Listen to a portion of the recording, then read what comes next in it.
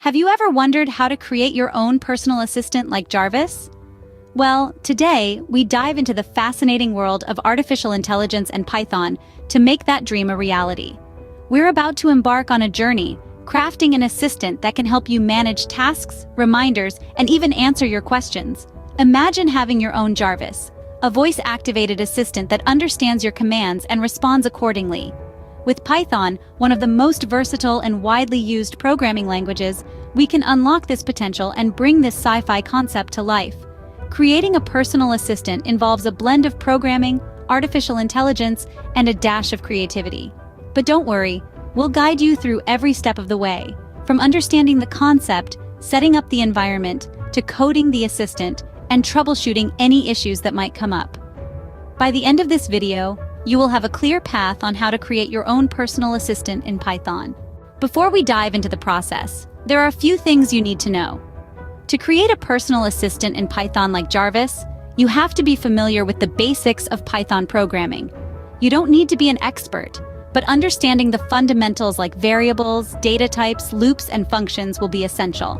Now let's talk about Python libraries. Libraries are like tools in a toolbox. Each one has a specific role in helping you build your project.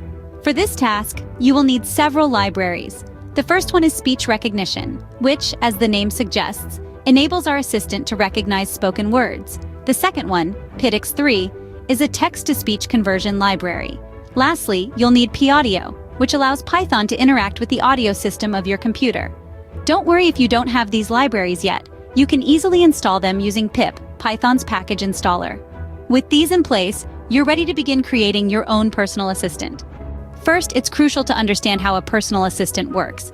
You might be familiar with virtual assistants like Siri or Alexa. They're pretty nifty, right? But what's going on under the hood? How do they function? Let's break it down. A personal assistant, at its core, is a program that uses natural language processing, or NLP, to understand human speech. This is the first step, and it's all about interpretation. Imagine it like a virtual ear, listening to your commands and converting them from speech into text that the program can understand. Once the program has this text, it's time for the second step, processing. Here, the assistant needs to understand what you're asking it to do. This is where NLP shines again, as it allows the program to pick up on keywords and phrases and determine the action you're asking for. Maybe you've asked for the weather, or you want to send an email. The assistant needs to understand this from your command. The third step is execution. This is where your assistant jumps into action, performing the task you've asked for. If you've asked for the weather, it might pull data from a weather API. If you've asked to send an email, it could open up your email client, draft a message based on your instructions, and send it off. This is the assistant being, well, an assistant. Finally, the assistant will provide feedback, typically through voice output. This could be a simple acknowledgement of the task or the information you've asked for. The assistant converts its response from text back into speech, and voila, you've got your answer. So in essence, a personal assistant listens, interprets, processes, executes, and responds. It's a cycle of communication that makes this technology not just functional, but also interactive and engaging.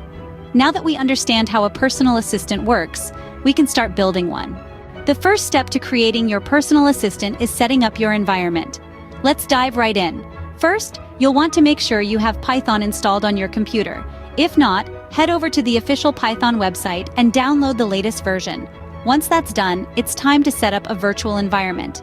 This helps to keep your project and its dependencies isolated from other projects. To do this, you can use the venv module built into Python. Now let's talk about libraries. Libraries are like the building blocks of our personal assistant. For our Jarvis-like assistant, we'll be needing a few specific ones like speech recognition, PyTX3, and Wikipedia, among others. You can install these using pip, Python's package installer, with a simple command in your terminal. Pip install library name. Remember, coding is all about patience and persistence. If you run into any issues, don't hesitate to look for solutions online. Many Python communities are ready to help. Now that we have our environment set up, we can start coding our personal assistant. Now comes the exciting part, coding your personal assistant. Let's dive right in.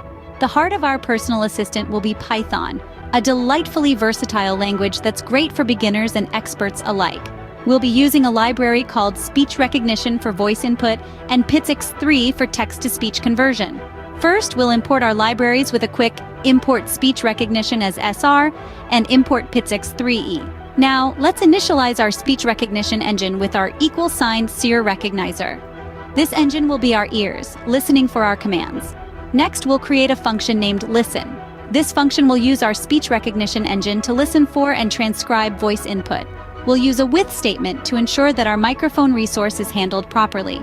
Within this block, we'll use the listen method of our recognizer object to capture our voice input. Once captured, we'll use the recognize_Google method to transcribe the audio to text. Now that we can hear and understand commands, let's make our assistant do something with them. We'll create a function named execute. This function will take the transcribed command as an argument. Within this function, we'll use a series of if statements to match the command to a corresponding action. For instance, if the command is "what's the time?", our assistant will fetch the current time and speak it out. Speaking of speaking, let's make our assistant talk back to us. We'll initialize our text-to-speech converter with engine =PITS3, init. Then, we'll create a function named speak. In this function, we'll use the say method of our engine object to queue up a response. Then, we'll use the run and wait method to make our assistant speak the response. With these pieces in place, we're ready to bring our assistant to life. We'll create a while loop that continually listens for voice input, transcribes it, and passes it to our execute function. If the command is quit, our assistant will break the loop and shut down. Let's not forget to handle exceptions. In the real world, things don't always go as planned. Our assistant might encounter background noise or we might stutter. We'll wrap our voice transcription in a try block to catch any exceptions, and in the except block, we'll instruct our assistant to ask us to repeat the command. As you can see, the possibilities are endless. We've just scratched the surface here. With a bit of creativity, you can add more functions, integrate with APIs, and even add a graphical interface. And there you have it, the basic code for your very own personal assistant. Now that we've written our code, it's time to test our personal assistant. The first step in testing is to run the program. We'll do this by typing Python, followed by the name of our script in the terminal. Pay close attention to the output. If everything is going as planned, our assistant should respond to our commands. However, it's not uncommon to encounter a few bumps along the way. If you run into an error, don't panic. Errors are just Python's way of telling us something isn't quite right. To troubleshoot, look at the error message. This will hint at where the problem lies. For syntax mistakes, it's usually a missing parenthesis or a misspelled variable. For logical errors, it might be an issue with the flow of your program. Remember, patience and persistence are key when troubleshooting.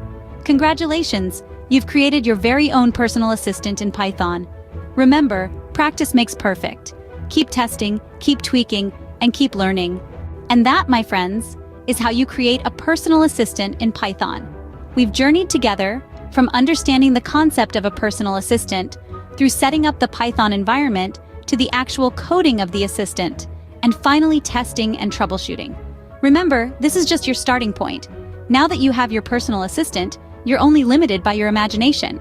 Want your assistant to tell you jokes? Code it in. Fancy getting the weather forecast every morning? You can make that happen. As you explore, you'll discover that Python offers a world of possibilities. It's a powerful tool that, when wielded with creativity, can produce remarkable results. So, don't stop here. Continue to experiment, to learn, to innovate. I can't wait to see what incredible personal assistants you create. Until next time, happy coding.